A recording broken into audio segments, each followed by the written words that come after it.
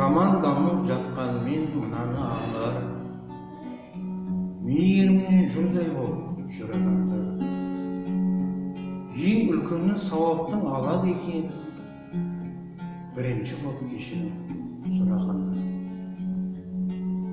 Бірақ бүгін көп адам мұны ұқпайды, өзіне ешбір кінәні жуытпайды. Сен ұмытып кеткенмен ешқашанда өкпелеген адамын ұмытпайды.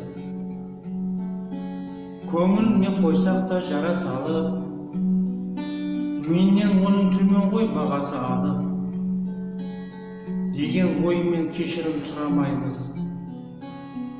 Тұрам ба деп алдында ала сарып, айналдық па тас жүрек сорлыға біз. Мейірімсіз болып кеттік, сол кінәміз. Кешірші деп келсе де бір бейшара, аяғыма жығыл деп қор қыламыз. Ар ұяттың есігін күзеткендер, бір-біріне көңілді мұз етпеңдер. Жақсы адам ол қатесіз адам емес, өз қатесін түсініп түзеткендер. Ерегеспен шығатын есі үнемі,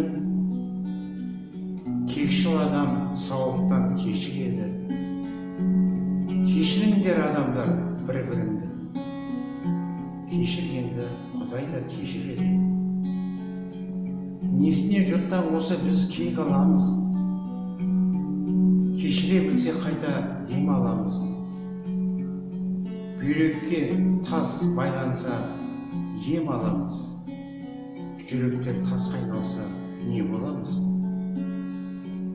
Көктен биік болғандай көкірегім, өкінемін көп сөйлеп көкіп едім. Біліп білмей егерде ренжітсем, мен сіздерден кешірем.